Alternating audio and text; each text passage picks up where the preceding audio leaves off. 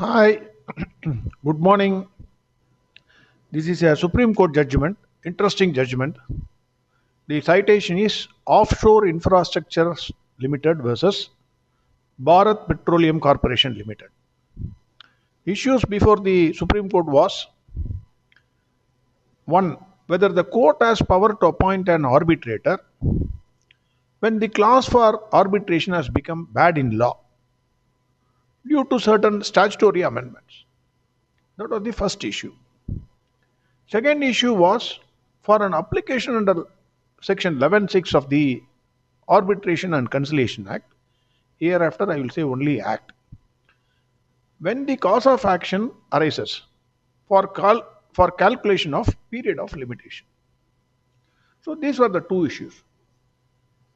Facts: BPC, that is Bharat Petroleum Corporation, it invited tenders for execution of some work.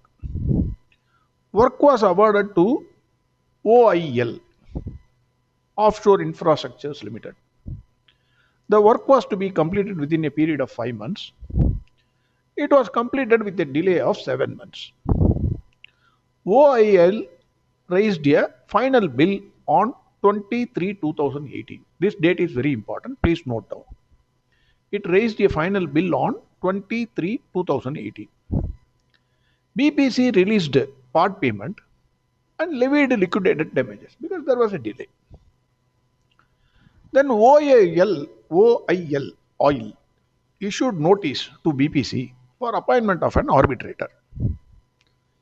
The arbitration clause in that agreement was prior to amendment of section 12(5) of the ANC Act. That arbitration clause provided for appointment of MD or any officer appointed by MD as arbitrator. So the clause became naturally, after the amendment of the ANC Act, became invalid because of the law. Because the law said interested person cannot be an arbitrator. And hence, because of this, OIL requested BPC to suggest some names who are not interested persons so that they can be appointed as arbitrators. BPC refused to even entertain that notice. They refused. A petition was filed before the High Court by OIL for appointment of arbitrator under section 11(6). High Court refused to appointment arbitrator on the ground that limitation for appointment has expired. So again a review petition was filed by OIL, but that was also dismissed. Hence the SLP was filed before the Supreme Court. First issue, Supreme Court on arbitration clause becoming invalid due to change of law. The view of Supreme Court. The contention of BPC was, once the arbitration clause has become obsolete or non-operative because of the amendment in the statute, it would render the entire arbitration mechanism non-existent. So no arbitrator can be appointed under section 11(6). That was the argument. Supreme Court did not accept this contention. Supreme Court held that merely because the procedure to appoint an arbitrator provided in the clause has become inoperative due to subsequent changes in statutory provisions, it would not render the arbitration clause nugatory or invalid or bad in law. Simply put, the amendment in the Act was to enforce neutrality of the arbitrator and bring impartiality in arbitration proceedings. It cannot be interpreted in a manner that will render the entire arbitration mechanism itself being abandoned. The arbitration agreement must be interpreted in a purposive manner so as to enable the parties to pursue the intended dispute redressal mechanism in the contract. Therefore, Supreme Court said OIL is entitled to file application under section 11(6) for appointment of arbitrator, and the court has power to appoint an arbitrator. That is, subsequent amendment in the statute cannot render the arbitration mechanism itself invalid. That is the view of Supreme Court. Now, the second issue on limitation.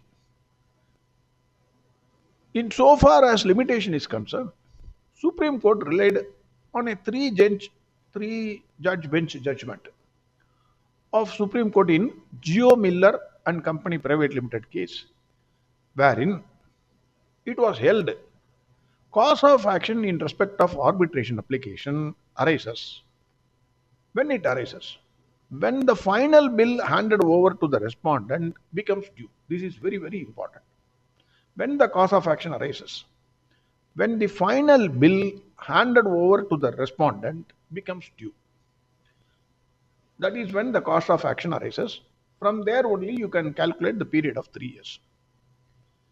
And it was clearly held.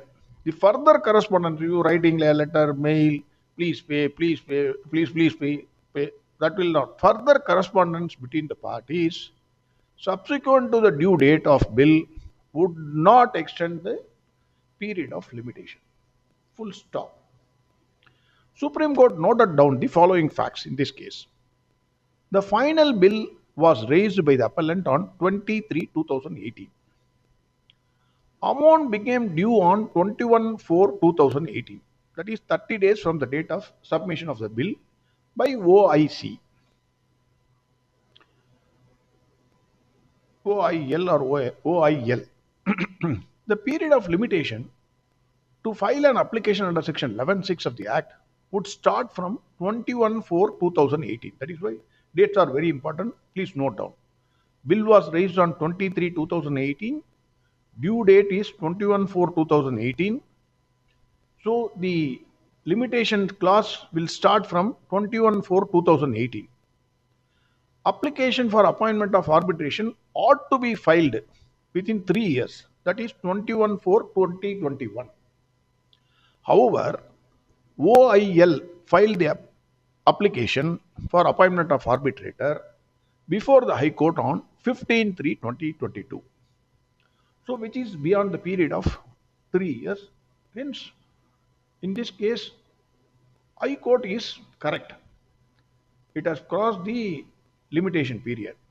But there is a twist in this case. COVID became the rescuer of OIL.